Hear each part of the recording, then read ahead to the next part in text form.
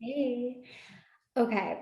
Today I want to share with you something a little bit different. I want to talk about imposter syndrome because I think we've all probably experienced it at some point or another. I honestly think it can come up, like you can really feel it a lot when you first start your business and then overcome it, and then it can come back again. Like I think there's different levels to it. And I think it's really important to do, your mindset work around imposter syndrome. Ask yourself why you're feeling this way and increase your self-worth and reprogram your mind, all of that stuff. I think it's super valuable. I have my own mindset practice, but that's not what I'm going to be talking about today. I'm going to be talking about some real, tangible, trackable ways that you can overcome imposter syndrome if you're experiencing it right now. Because sometimes those affirmations and you know, mental reprogramming and stuff, that could take a while. You might need to hit up therapy. You might need to unpack some stuff. I'm talking about some real ways that you can do it right now, ASAP.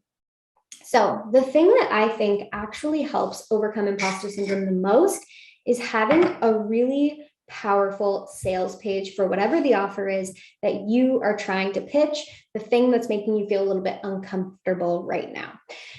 I think the thing that's so dangerous about imposter syndrome and dangerous about the internet in general right now is that it's super easy to compare yourself to people who are 5, 10, 30 steps ahead of you, or people who are just in different circumstances to you, right? Like maybe, anyway, I won't get into it, but we all have different life circumstances. And it's really dangerous to compare yourself to somebody who, maybe had, there's just lots of different things. I don't want to call anybody out, but we're all in different circumstances and we all have different paths. So it's really dangerous to start comparing yourself to other people. Instead, what I want you to do is I want you to start buckling down and taking a hard look at what you're actually selling and what the transformation is. So I talk a lot about creating a really powerful sales page in my program, Your Most Profitable Quarter. Yeah, that's a mouthful.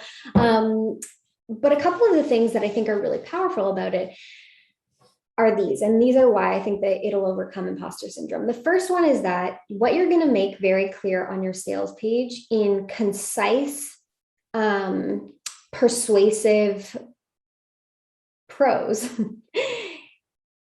is your transformation, how you take people from where they currently are to where they want to go. You are the bridge from right here, which might be a nightmare right now, to over here, which is like the dream situation.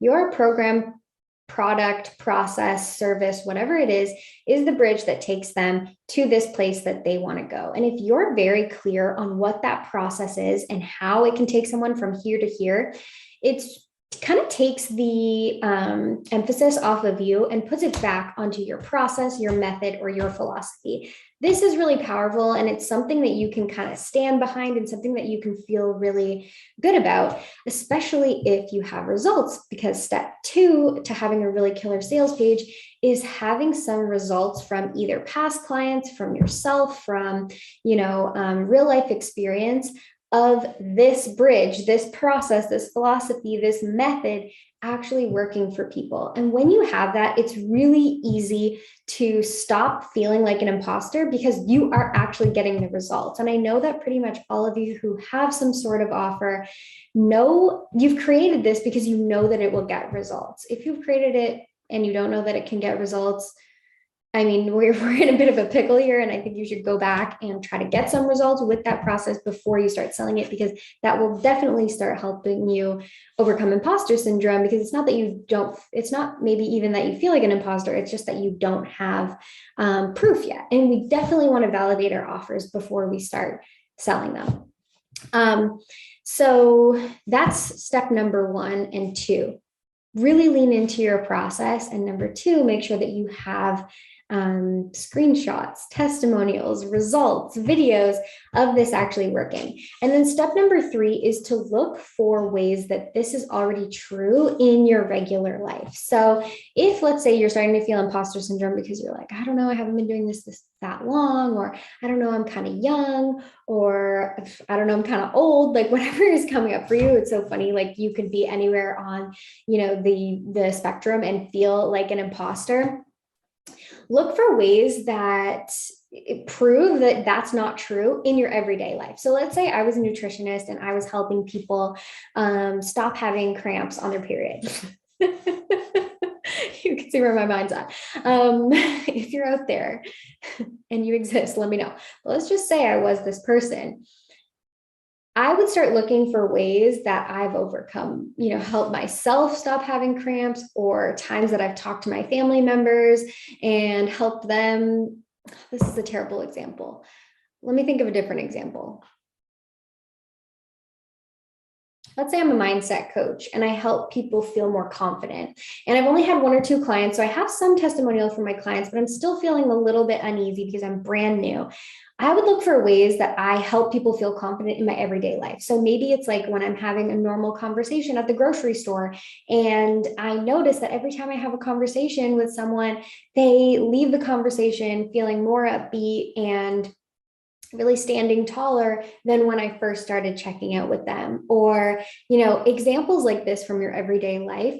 I want you to literally try to fill a page of your notebook full of these types of examples. These are really, really powerful because they're kind of like this proof that's all around you already. So even if you've only had 1 or 2 clients and it's going to take you a little bit of time to get a few more, I think having a really powerful sales page and then looking for the proof in your everyday life really helps to actually overcome that imposter syndrome and make you feel like, you know what, I am really freaking good at this. I've been good at this. I've been helping people, when I was in university, I was helping people with this. And when I was babysitting, I was helping the kids with this. And when, my friends call me, they're always asking me about this. Look for, examples like that. That's what I find really helps mentally overcome that imposter syndrome. It doesn't totally cure the root cause of why you're feeling like an imposter. And so, you probably want to look at that on your own time. But in the meantime, if you're looking for tangible ways to overcome it, go back to your sales page. And, sometimes I even read my own sales page if I'm like, I don't know about this offer, I'm about to pitch it and I feel like I talk about it all the time. I read that sales page and I'm like, damn, look at these results. Look at these testimonials. Look at this process. I believe in this wholeheartedly. And I know that this process is going to help people go from here to here. And so if you have a really sick sales page, go read it and go hype yourself up on it.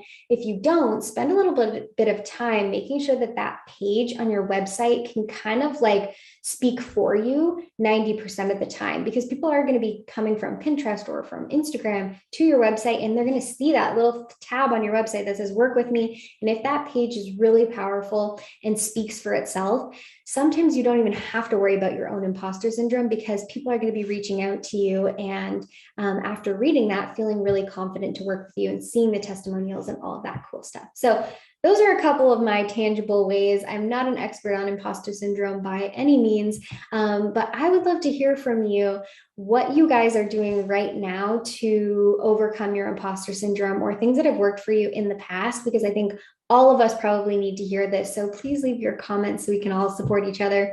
And here's to you showing up confidently and selling those offers. Bye.